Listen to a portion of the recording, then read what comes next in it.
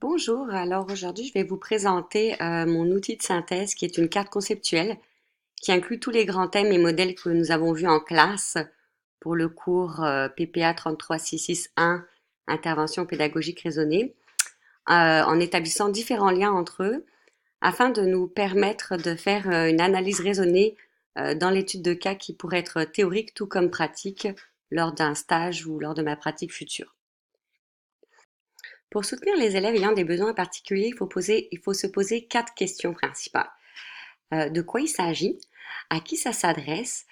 Pourquoi est-ce important de soutenir les élèves ayant des besoins particuliers? Et enfin, comment peut-on s'y prendre pour les soutenir?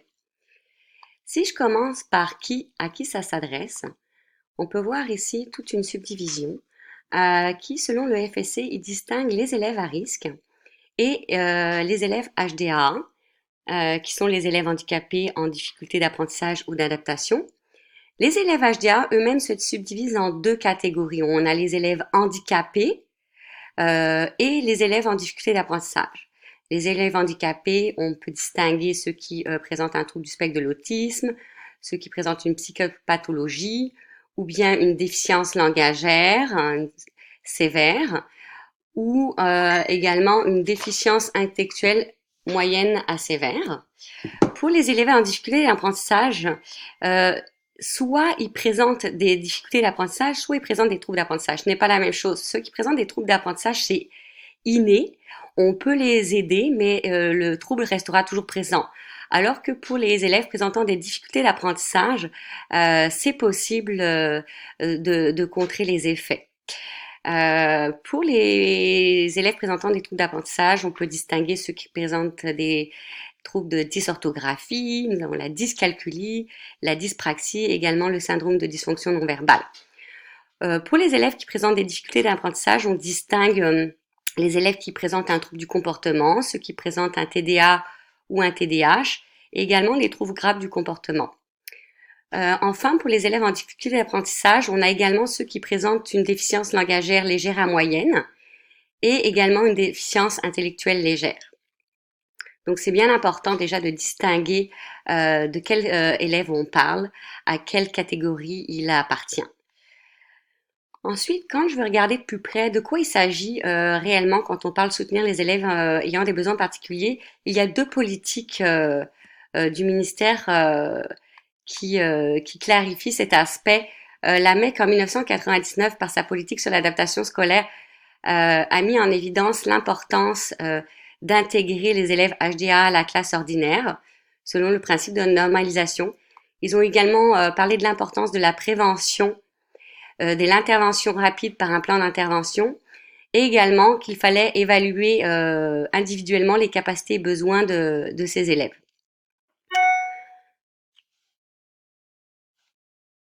L'intégration à la classe ordinaire correspond en fait à un modèle d'intégration où c'est l'élève qui doit s'adapter au système, qui correspond finalement au système en cascade, où par une évaluation diagnostique, on va diviser les élèves selon 8 niveaux. Le niveau 1 à 5 correspond à l'école ordinaire. Le niveau 6, les élèves sont placés dans des écoles spécialisées. Pour le niveau 7, ça peut être un enseignement à domicile. Et le niveau 8, c'est à ce moment-là plus particulier, c'est un enseignement dans des centres d'accueil ou hospitaliers pour les cas les plus importants. Pour la classe régulière, il se divise en 4 niveaux. Le premier niveau, tout va bien, pas besoin de service. Le niveau 2, à ce moment-là, on va donner des services ressources à l'enseignant régulier. Le niveau 3, l'élève va également bénéficier de services ressources.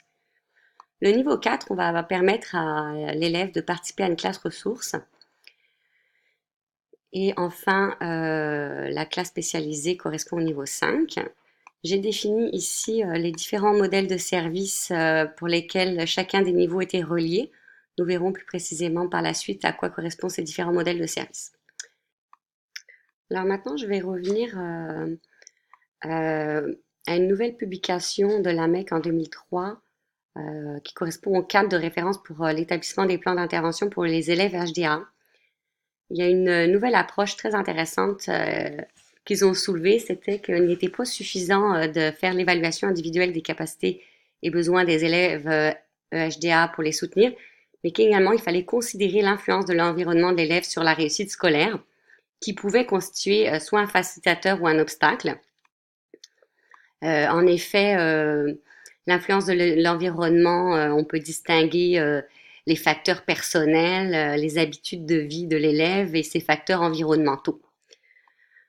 L'influence de l'environnement de l'élève sur la réussite scolaire correspond à un modèle d'inclusion où cette fois-ci, c'est le système qui s'adapte à l'élève. Et le modèle représentatif québécois de ce modèle d'inclusion est le modèle MDH-PPH.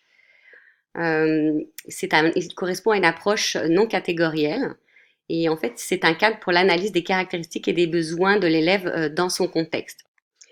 Le modèle MDH-PPH propose différentes approches. Il y a la conception universelle de l'apprentissage, la CUA, qui est une approche préventive. Également la différenciation pédagogique, qui elle est plus une approche corrective. Et enfin, l'apprentissage autorégulé ou apprentissage autonome, qui correspond à une approche à la fois préventive et corrective. Si on regarde la conception universelle de l'apprentissage, c'est un modèle qui tient compte de la diversité des apprenants et qui rend l'environnement pédagogique accessible pour tous les élèves dès le départ, selon 3 principes. Il est important d'offrir plusieurs moyens de représentation, de fournir également plusieurs moyens d'action et d'expression qui correspondent aux modalités d'évaluation, et enfin de fournir plusieurs moyens d'engagement. La différenciation pédagogique, quant à elle, va plutôt concerner des actions suite à l'observation de l'enseignant, et il va tenir compte du style et du rythme d'apprentissage, des intérêts et des besoins diversifiés des élèves. Il y a 4 axes de différenciation qui concernent les structures, c'est-à-dire les modalités d'organisation de la tâche, les contenus, c'est-à-dire sur quoi la tâche va porter, les processus, comment est-ce qu'on va la réaliser, et la production, comment présenter la tâche. Donc on peut différencier selon ces 4 catégories. Il y a 3 pratiques qui s'appliquent. La flexibilité, à ce moment-là, ça concerne tous les élèves. L'adaptation, ça va concerner seulement les élèves à besoins particuliers. Il va y avoir des aménagements qui vont être mis en place, éventuellement un plan d'intervention, mais les critères d'évaluation vont rester les mêmes. Pour la modification, cette fois-ci, oui, ça concerne toujours des élèves à besoins particuliers, mais il y a des changements qui vont être mis en place avec un plan d'intervention, car il va y avoir une diminution des critères d'évaluation afin de permettre à l'élève de se développer à la hauteur de ses capacités. La troisième application du modèle MDH-PPH est l'apprentissage autorégulé ou l'apprentissage autonome, qui permet aux élèves de planifier leurs apprentissages, de contrôler ce qu'ils font et de s'ajuster si nécessaire. Il y a 3 conditions à cet apprentissage autorégulé. Il faut que l'élève le veuille, il faut que l'élève le puisse, et il faut que l'élève ait des opportunités d'apprentissage autorégulé. Nous avons vu en cours plus précisément pour le pouvoir qu'il était important tout d'abord que l'élève interprète correctement les objectifs de l'activité, aussi bien au niveau des étapes que des ressources disponibles, qu'il ait des objectifs personnels qui soient précis avant de débuter l'activité et qui soient en concordance avec les objectifs de l'enseignante. Il faut également que l'élève apprenne à mettre en place des stratégies d'autorégulation pour, par exemple, planifier son apprentissage, contrôler ce qu'il fait, s'ajuster si nécessaire, s'auto-évaluer.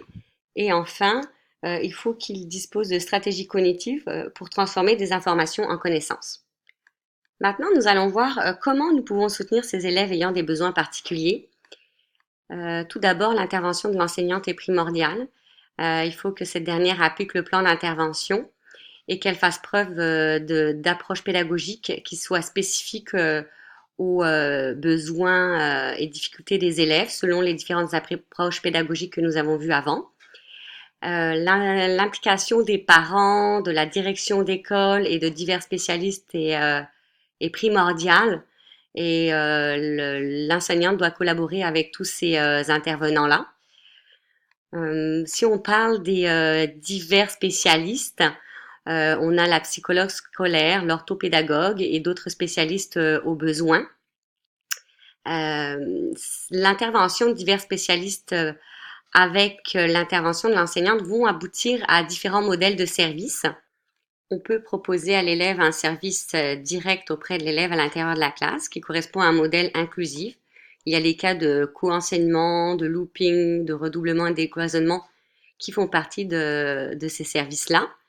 Également, le service de consultation qui est un modèle inclusif où on peut avoir l'aide d'un orthopédagogue consultant ou une équipe qui va venir soutenir l'enseignant.